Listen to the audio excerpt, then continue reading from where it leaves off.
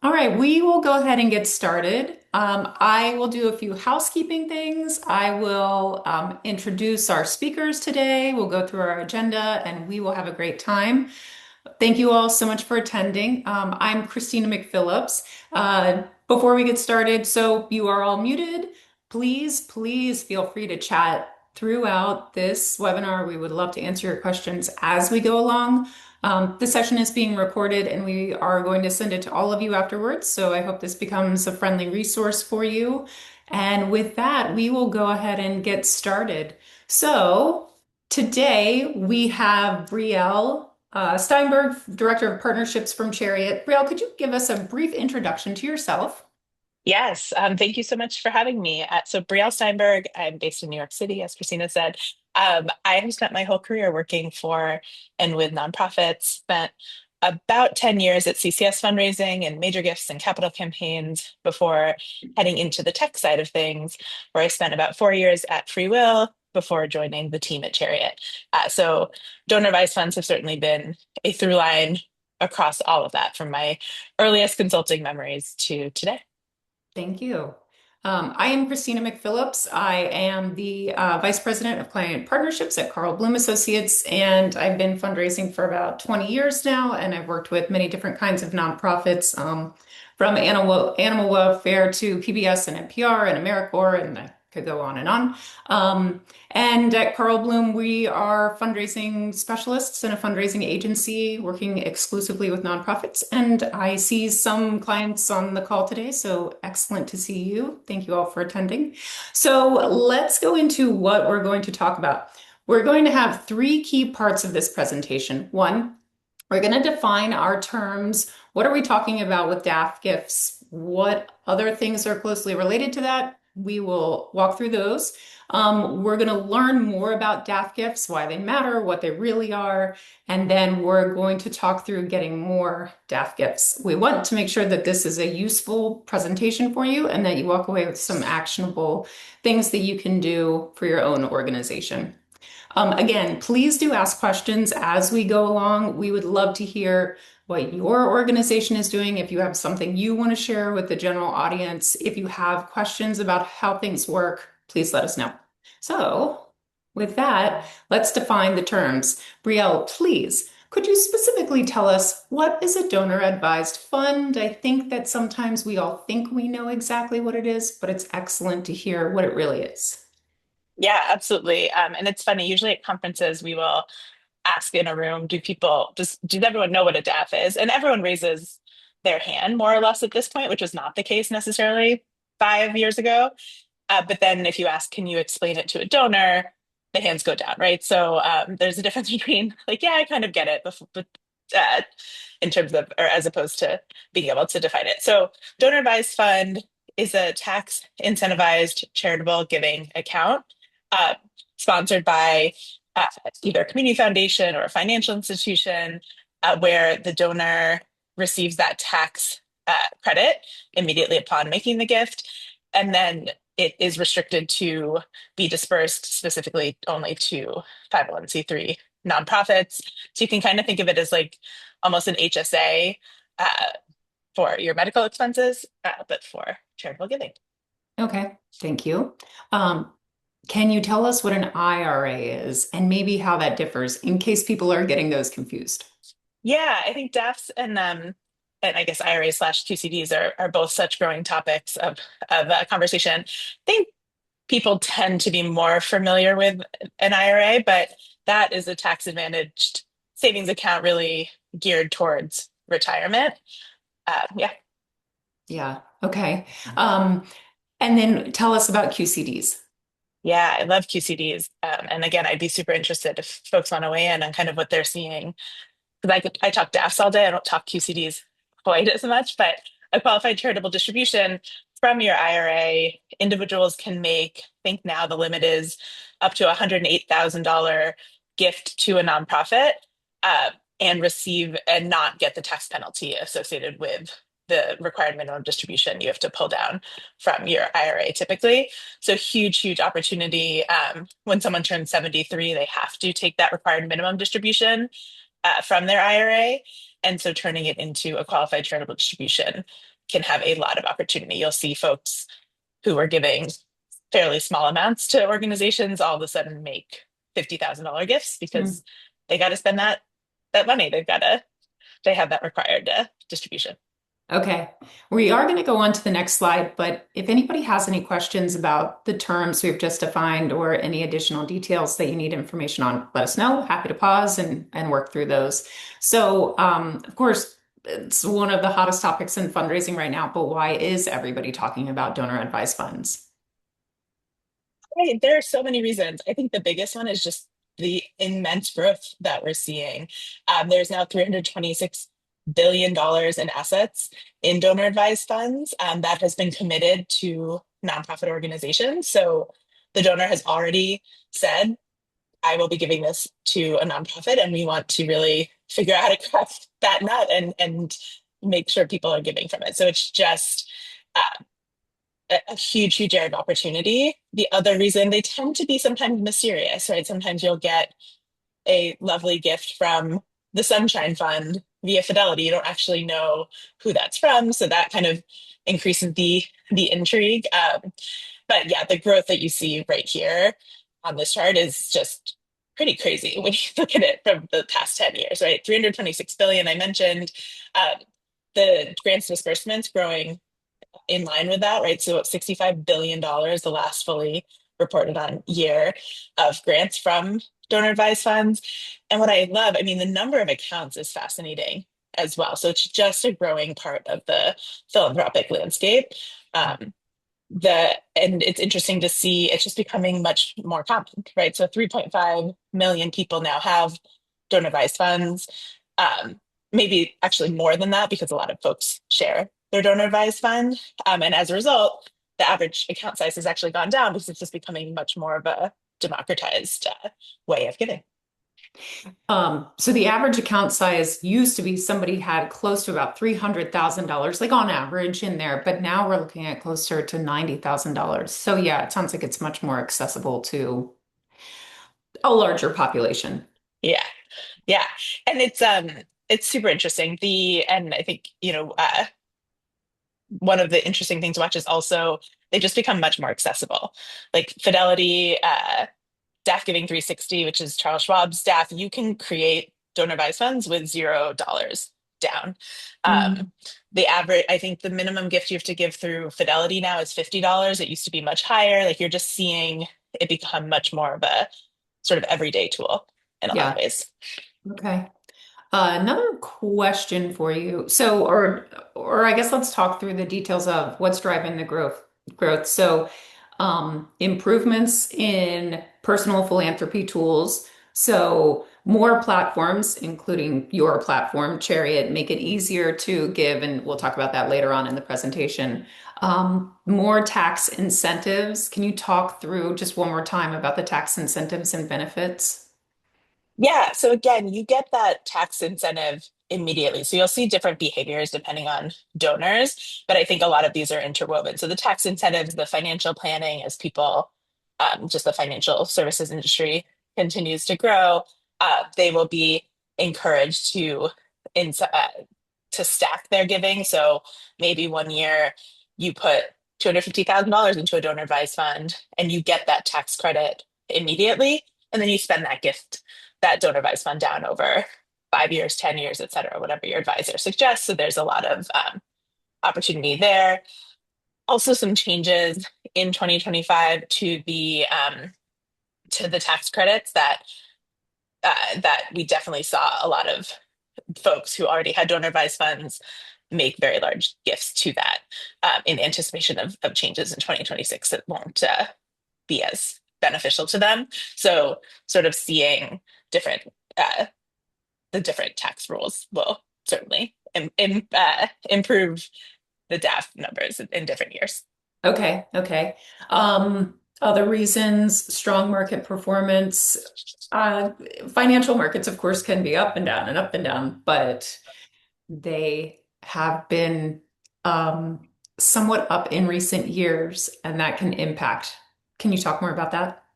Yeah, it's super interesting. I mean, it's strong market performance, and yes, the S&P 5 like the stock market continues to go up overall trend wise, which certainly means that um, DAFs are invested in regularly traded securities. So when investment accounts are up, donor advised funds are up. So it's super interesting to watch and makes a lot of sense. And folks certainly when I always say there's people who either don't know what a donor advised fund is or have a donor advised fund. Like once you learn what a donor advised fund is, if you are philanthropic, if you're making gifts each year Yeah. and you want to see your funds grow, it makes a lot of sense to open a DAF and use that as part of your philanthropic planning for sure. Yeah. Excellent. Okay. And then financial planning is increasingly incorporating things like DAFs, like financial planners who people are talking to are saying DAF is an excellent resource for you. So, and that is something that you've said. Okay. So one person is bringing up the point you compared DAFs to HSAs, but HSA are pre-tax contributions for a paycheck. Do people make contributions to their DAFs pre-tax through paychecks as well, or only after tax from their pockets? Great Great question. question. Yes. Yes. So HSA, meaning that it's restricted to once you put it in that fund, it's not recoverable. You can't use it for anything besides medical expenses. But correct, it's the DAF giving is after tax philanthropy. Um, though it is in terms of a benefit, we're seeing a lot more corporations actually start to offer donor advised funds, Mm, either in addition to or in lieu of kind of workplace giving matches, et cetera. It's a lot less work for the nonprofit, I mean, for the corporation, actually, if they just give you funds towards a donor advised fund or match a gift in your donor advised fund as opposed to having to like collect all those receipts. So, but yes, good call. HSA is different in terms of the pre-tax benefits for sure. Excellent question. Thank you so much. So a couple of questions, and we've talked about this a little bit. But I'll do each one of these individually so we can get more details. What size gifts are you seeing come through? Yeah, it's so interesting. So Chariot, the company I work for, we do a DAF fundraising report every single year with and any nonprofit that is on this call. Please check out our website and feel free to sign up for it, where we just collect a ton of data about donor advised funds, donor behavior, et cetera. And one of the biggest trends, and just as you can see with the growth in the number of donors, the amount given, et cetera, is it's just diversifying significantly. It used to be that you'd think of your DAF donors as giving maybe five, but six and seven figure gifts from their donor advised funds. It was kind of restricted for that ultra high net worth individual and the ultra uh, transformational gifts. And now we're seeing, I mean, two-thirds of the data that we, in the last DAF fundraising report, DAF gifts were under $1,000, right? So folks are really using it more as kind of their regular philanthropic pocketbook in a lot of ways, which is super, super interesting. And we'll talk a little bit more about the mechanics of how what I'm about to say works. But I do remember when you and I initially had conversations, even 6 months, a year ago, we do a lot of direct mail, email, other things like that. And you mentioned that someone could receive a direct mail piece or an email and go to a nonprofit's website where they have the DAFpay button, and the average gift size that they would make would be closer to $1,100. But if they decide to give just with their regular credit card, it's about $100 to $150 on average. So you're driving people to your website to make a gift anyway, because you're running your annual fund program. And if they've got a credit card, they're giving about 150 bucks. But if they have a DAF, they're giving about $1,100, which is a huge difference. Yeah, it's fascinating. It's again, you kind of think of someone who has a donor advised fund, they have put aside resources to make uh, philanthropic contributions through it. And so if they can't, if it's not easy for them, and I'm sure everyone on this call agrees, if you don't make it easy for the donor, you lose them, right? They go to a different website, they get distracted by the dog barking, and they just don't make the gift in that moment. And if you make it hard for them to give where they actually have most of their philanthropy, then they're just going to make smaller donations, right? So we do see that it's like 8 to 10x larger when someone switches from a credit card to their donor advised fund, the gift shifts, increases Yeah. significantly. Well, I'll share some screenshots later on in the presentation about what it actually looks like to have a donor advised fund button on your website so that everyone Yeah. can kind of understand the ease of the process. Are you seeing the donor advised fund donors giving more gifts annually? Yeah, so the DAF fundraising report shows that about one-fifth, so about 20%, give more than two gifts a year to the nonprofits they're supporting. And that number is probably a bit low because we don't always know necessarily when the McPhillips Foundation or the McPhillips Fund gift and the Christina McPhillips gift are the same, et cetera. But Yeah. yes, these tend to be, again, they've set up a donor advised fund. They are philanthropic. It can be your most committed donors in a lot of cases. Yeah, excellent. Okay. And we've definitely talked about how DAFs are no longer Yeah. for only for wealthy people. So understood. And you've also said you see people sometimes they give through their DAF, sometimes they give with their credit card or they write a check. They're doing both things, and then DAF is just sort of part of what they're doing, how they're making their gift. So, but why donors are not always using their DAF? Sometimes they're just making a quick donation. Sometimes they're at an event and they may be just making a gift at the event. Sometimes it's time sensitive giving. They just need to urgently get something done. And then donors who are learning about a new organization may not instantly give with a DAF. They may go ahead and give through another method before they learn more about you, care more about you, and make a gift.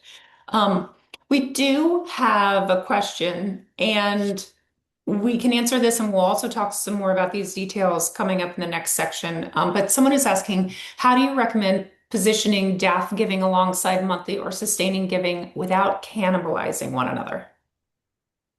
So interesting. So most staffs can support monthly and if sustaining like annual commitments, they can actually support that as well. So it really shouldn't be seen as cannibalizing because again, the goal and the outcome that we see time and again, like in so many of our partners, is when your $25 monthly donor starts giving from their DAF. I mean, maybe they're giving one time $1,000, but they also might give $250 a month from their DAF. So definitely careful coordination between annual fund, mid-level, major gifts, all the work that you all have to do already to make sure you don't feel like you're cannibalizing or this is my donor, this is my donor. But really, it's just helping them move up the pipeline, which is what you want, Okay. regardless. Excellent. Also, I want to say, as we're going on to this next section, please, if you have any questions about the technical side or mechanics of DAFs, stop us, go ahead and ask. All questions are welcome. So now that we generally understand what DAFs are, how do we get more of them? Oh, wait, before we go on, we have another question. The person says, I have heard that many donors are investing in non-cash assets in their DAFs. Can you talk more about that? Yeah, absolutely true. So we're seeing, and it's interesting to watch, and I'd be curious what folks on this call have seen. But yes, absolutely. Donors, many donors will put their stock gifts can go directly into a donor advised fund. A lot of community foundations, financial institutions are better set up to liquidate different non-cash assets that might be a real, like rather than get them coming to you and saying, I want to give you this rare piece of artwork, their DAF, uh, the DAF sponsors actually has a team that can help them do that. So yes, ton of opportunity there that donors certainly appreciate and can really benefit the nonprofit too, because you don't want to have to help them Okay. wrangle that for Excellent. sure. Thank you. Good question. Yeah. All right, so as promised, we're going to talk briefly about the tools that support DAF giving. So, and I'll let you, Briel, because you are the expert on this topic, I'll give a brief explanation of this. Of course, there are companies that you've probably heard of, and I would love to, like, feel free to type in if you're using any of these at present. FreeWill, that's for DAFs. Stock IRA, Brielle, you used to work for FreeWill, so you know tons of information about this. And then there's DAFpay, which is hosted by Chariot, which is Brielle's company. And that is actually, so this is a picture of the Michael J. Fox Foundation website actual donation form. And what you see here is when someone is going on to quickly make their gift, which in theory could be a credit card gift if they have a DAF and see that they can pay with their DAF through the same process they would do with a credit card. They can click on this. Actually, let me go to the next slide really quickly. Click on this, select their donor advised fund really easily, enter their login information, and then make that gift.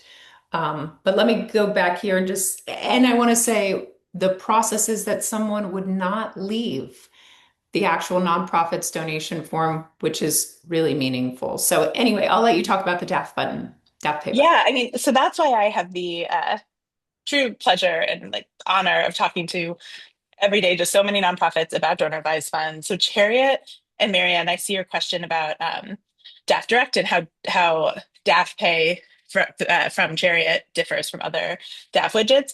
So DAFpay is the first and really only gift DAF gift processing tool. So DAF Direct, a lot of the kind of widgets that existed before and after Chariot, like DAF Direct has three DAFs listed. You click one and it brings you to the DAF, like to the Bank of America. I think it's BNY Mellon, Fidelity, and Schwab, maybe are the three.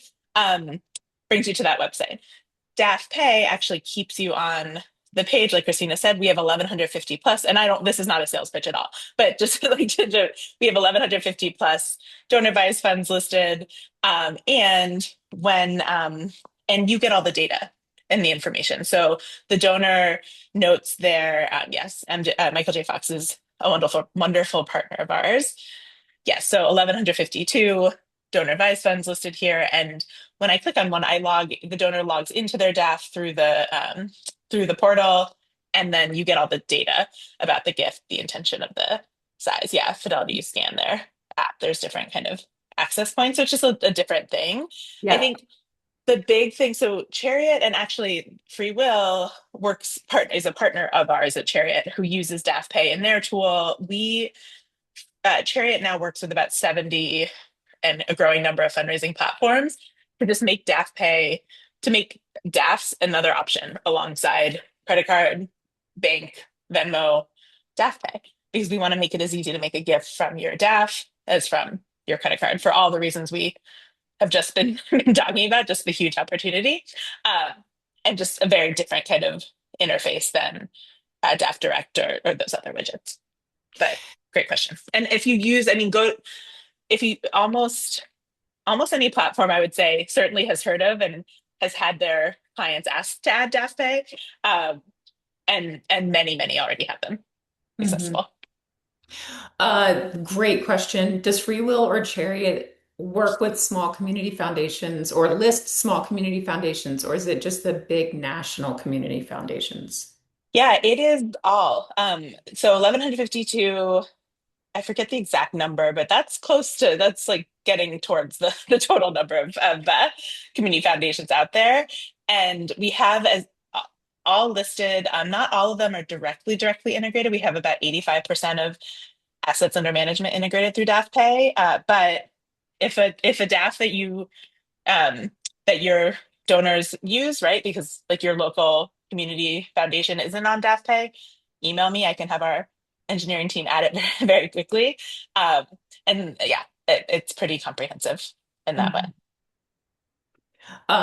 Okay, yes. Oh, and then another person is asking a question specifically about DAFpay, and yes, I'll provide Brielle's information at the end, and then she can speak with you about it. But there's Yeah. one additional question: Can the DAFpay button be incorporated into our current platform, or is it a standalone button placed on our website and in our e-blasts? Good question. Yeah. So Maria, and then I see Marianne's question about fees. So DAFpay, if we work with your platform, then you can just turn it on, like Venmo, PayPal, etc. So first depends on what platform you're using. Um, and then if not, then you can work directly with Chariot to get like the button to put on your pages, etc. Um, and then yes, there's a 2.9% transaction fee for gifts that come through DAFpay. There's also we have a whole you can do a month like a direct subscription partnership with us. Which has more functionality on like the gift processing kind of back end of donor advised funds. But overall, if you turn it on through your uh, fundraising platform, the fee should be around 2.9%. Sometimes they'll it'll be a little varied depending. Can we talk too about what kind of information the nonprofit actually receives when they are using either FreeWill or DAFpay? Yeah, yeah, and that's, I mean, that's the magic. And Marianne, to her question about DAF Direct, is really the genesis of creating DAFpay and then partnering with FreeWill, et cetera, was realizing how much friction there was that Christina mentioned. Like, if you want to give immediately, so if I'm a donor and I say, um, if I'm a person who's running a marathon for a nonprofit and I say, Christina, support my page, and I can't give through my DAF, like I can call my DAF, I can make the gift, I have to call the nonprofit. Like there's all this work that has to come through. And our founders were like, why?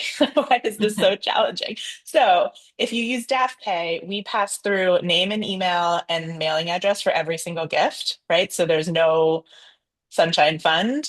It's going to have the donor's name. If the donor wants to be anonymous, they can log into Fidelity. Like they can still certainly figure out how to make an anonymous gift.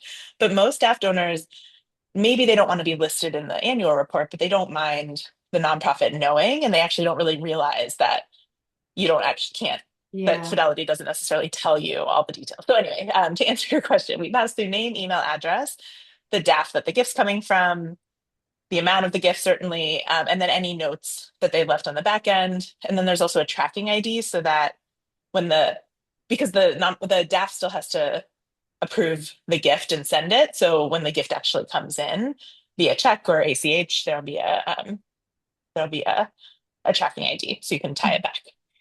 Excellent. One other question, can it support gifts from across the border? The person asking covers Northern New York and Ontario, Canada. Yeah, we were just talking about this. It cannot, right now, it's only United States. We are aware there's interest and excitement from the north, but there's a lot of different rules about processing and how donor advised funds function, et cetera, that is just not built into the tool.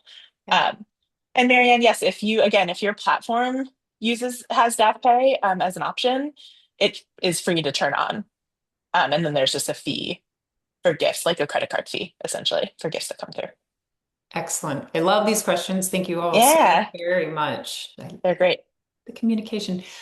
Let's get into additional ways that you can market DAFs and fundraise around DAFs. So DAF Day exists. It's October 8th. So here's our recommended approach. We're going to help you build a campaign around DAF Day if it's something that you would like to do. So it's got some similarities, I would say, to a Giving Tuesday where you're going to start building your campaign.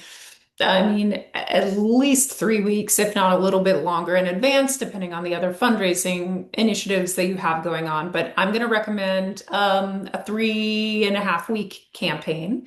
I'm going to say you would start in mid-September. You would have at least 2 to 3 emails that are going out leading up to that October 8th deadline, where you have some urgency in the emails.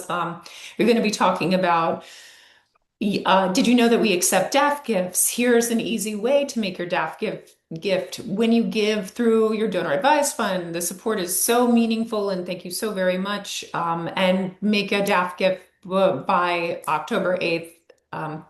So that is one way to do it. Ad placement or add information about your DAFs to your newsletters, all communications going out. You can even do a direct mail piece if that's something you like, postcards, those kinds of things. Another thing I like to recommend, and I'll talk about including DAF information in your digital ads in a moment, but there's always the opportunity to be using your wealth screening software or doing age and wealth overlays to find people who may have DAFs or folks who you think could have a DAF, and then targeting any communications that you have specifically to those people. Is anyone else, would you like to share any thoughts or recommendations or ideas you have how your organization is putting out there that someone can make a donor advised fund gift? And have any of you actually fundraised around October 8th, that day? Let us know. Until then, I will Man. go on. Um, The one idea I was going to mention, Christina, Sure. we've seen some organizations successfully have a DAF specific match. So, our like, and then you can highlight a DAF donor who maybe already gives to you via DAF and say, they're going to, if we hit this, release X amount of funds, and that has been really effective. So just kind of a fun way to bring your current DAF donors into the mix. I like that. Any other creative ways you've seen it done? Not to I mean, put you on that's the a big spot. one. No, no, no. And I mean, I'm super excited about what we're going to talk about. And Christina and I really met like right before last DAF day. This is the Ooh. third annual DAF day, Oh, October 8th. fun. So we're just building up. But no, I think that we're going to talk about with you targeting DAF Sure. donors, et cetera. Like Yeah. there's some opportunity there in DAF Okay. day for sure. Yeah. I'm glad to go into that, which includes Yeah. the digital ads bullet point I've got here. So, before we go into the digital ads, let's start with our existing communications. So even if you're not fundraising around that October 8th day on an annual basis, you can be incorporating the DAF message into your regular email communications as a footnote or specialized emails just about DAF giving, direct mail and newsletters. I love using a newsletter because I love having almost like a ways to give sidebar saying the different ways that someone can make a donation. Also, within that sidebar, you can always have a QR code that drives someone to the donation form. And if you have something like DAFpay right there, you're essentially setting yourself up to potentially get that DAF gift. So I love putting it in direct mail and newsletters. Website messaging, this is pretty important. You want to make sure that donor advised fund giving is featured on your website. You want to have a ways to give, and of course, an opportunity for someone to call and have a discussion if they need to, but linking them very quickly to something like your FreeWill page or DAFpay is very important to do. Um, and then just really using it consistently in your campaign language. If you've got a direct mail piece, incorporating it as a little footnote like you would with Become a Sustainer or any other information that you have. But those are really simple ways to just make it part of your everyday giving options. And so let's talk a little bit about I made this.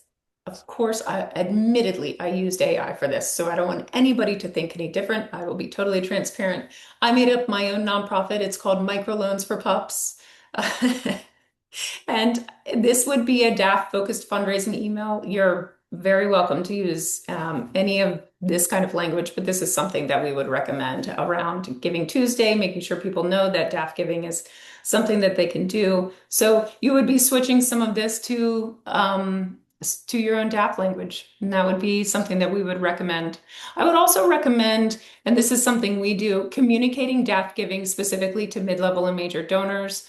For us, we work with a number of organizations we work with. We're managing their mid-level and major giving programs outside of an actual pipeline that a true mid-level officer has, and a true major donor officer has.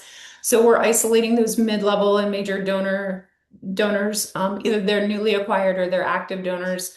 We kind of keep them warm. We do wealth screenings on them. We handwrite cards to them. But we're throughout all of those communications, we are messaging them about donor advised fund giving. So they are either new donors or repeat donors, but we're telling them that an option is DAF giving going forward.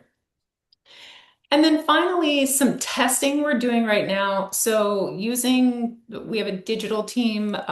They consistently or for many dozens of clients are running Google paid ads, Meta ads, TikTok, Snapchat, Reddit, all kinds of different platforms.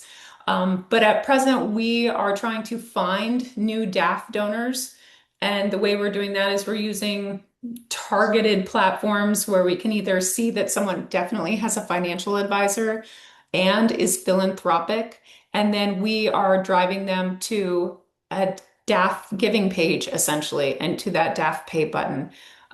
So finding those people who potentially could become a DAF donor, and we'll see how that goes. Here's just some imagery around that. But acquiring new DAF donors is an interesting prospect, and we'll have the results of that campaign in about a month or two. So I am very excited about that. Yeah. Go ahead. Yeah. Yeah, no, I mean, this is super exciting. It's one of the reasons we didn't really touch on, but in terms of why donors sometimes make the DAF donors, something like 88% of DAF donors still make gifts not from their donor advised fund. And one of the reasons, which sounds crazy, but we've seen it time and again, is donors forget about it. Like we had one donor who made a very funny number, like dollar number gift to one of our partners through DAFpay. And so Yeah. they reached out and said, kind of like, why did you give this like $8,402 gift? And he said, I forgot until you messaged me that I had my I had these funds and I forgot about it. And Yeah. I would love to be in a place where I forgot that I had $8,402 sitting in an account. But these kinds of messaging, making sure that it's part of your communications could just jog someone's memory to say, oh, I never thought about supporting Yes. City Year with my DAF, or oh, I forgot I had a DAF, which is again crazy, but absolutely happens. So, Yeah. um, so it makes so much sense to target this in this way. Yeah. I can also answer Tracy's question. Our digital team uses different programmatic platforms, and you can Google, there are many out there where you can actually sort of look up, for example, does someone have a financial advisor and they are philanthropic, they've given to other similar nonprofits, and for example, they drive a Subaru. And it will actually cross all of those things over like a Venn diagram, if you will, and it will find people who fall into that category. You, of course, are not getting their information by any means, but you are able to turn on ads for those people online. Um, and we do that in conjunction with the Meta ads and Google ads that we're running at the same time. Those things are just part of the digital programs that we're running. We are at other times running digital ads looking for high net worth individuals in various cities. And we're running those alongside regular fundraising campaigns or awareness campaigns about what the nonprofit does. So, not isolating, those are not the only ad campaigns we're running. Everything really is in this nice ecosystem of digital ad, like an annual digital ad program. And that helps answer your question. And so I think that we are coming to the end. I want to, and not of our time, we can keep chatting, but I wanted to say things that you can take away from this. And also, please feel free to ask any additional questions. What nonprofits should focus on? And Briel, please let me know if you have additional thoughts. But make DAF giving visible on your website. That's something really important to do. If you can work with your web team to get that kind of thing up and running. I also love the idea of thinking about these preparation items, this list before October 8th. Here we are in April. We're so many months before. If you do want to be running a campaign around DAF Giving Day, you can spend the summer getting your website in tip-top shape and other communications in great shape. I would really work on simplifying the DAF donation process. Brielle can help with that greatly. And then remember to communicate your DAF opportunities regularly. Just that consistent messaging will tell people that the DAF giving opportunity exists. So Yeah, oh, go ahead. Yeah. I was going to say, I think that that's a great list. I would test yourself. I mean, that can be everything from Googling the name of your organization and donor advised fund or DAF and see where you end up, which is something I always do before I talk to a nonprofit. Because again, especially donors this day and age, they don't want to spend time hunting for the information they need. So, and you don't have to use DAFpay. Like outside of DAFpay, make sure it brings you to a page that says, yes, we accept DAFs. Here's our EIN, because that can also trip up a donor, especially for some of you who might have like 2 or 3 EINs associated with your organization for some reason, or universities that have hundreds of EINs associated with their organization. Yes. Like make it as crystal clear as possible, because if it's not, the donor's going to move on. I think the other thing Chariot would add that we've spent a lot of time thinking about in the last couple of years is also just get your data in order.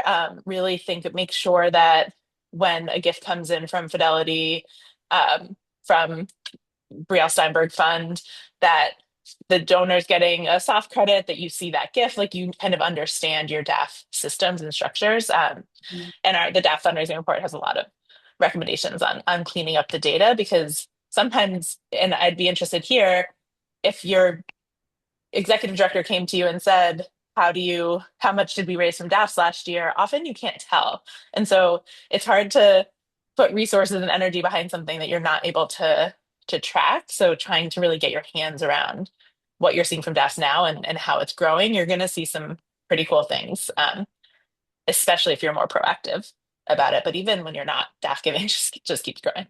So Yeah. Oh, I love those. Thank you for that. I want to also answer Maria's question. Can you address how to acknowledge these gifts? We still send letters from the executive director. Any specific language to include? Brielle, I have some thoughts, but I'll let you go first.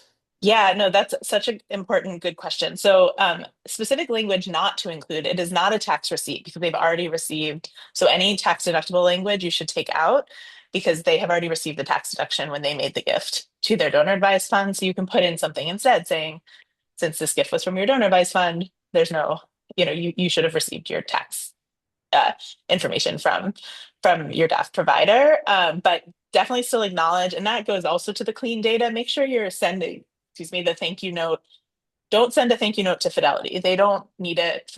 Fidelity Charitable does not want to open a letter to thank Christina for her DAF gift, right? So make sure it's being sent to Christina that says thank you for your gift your from your DAF, and then remove that tax language. That's really helpful. I don't think I actually realized that. So thank you. Yeah, Yeah, super that's important. pretty important. Additionally, I would say if you want to put these donors in their own segment or their own bucket, I think that's a great thing to do, where they would get the letter from the executive director, flow them into any newsletters or special cultivation communications that you have, so that you can show them the impact of their gift. I always love inviting them potentially to have coffee with you. Who knows if they have the capacity to make an even larger gift or community connections or something like that. And then I always like to use any upcoming events that your organization has as an opportunity to invite a donor to come.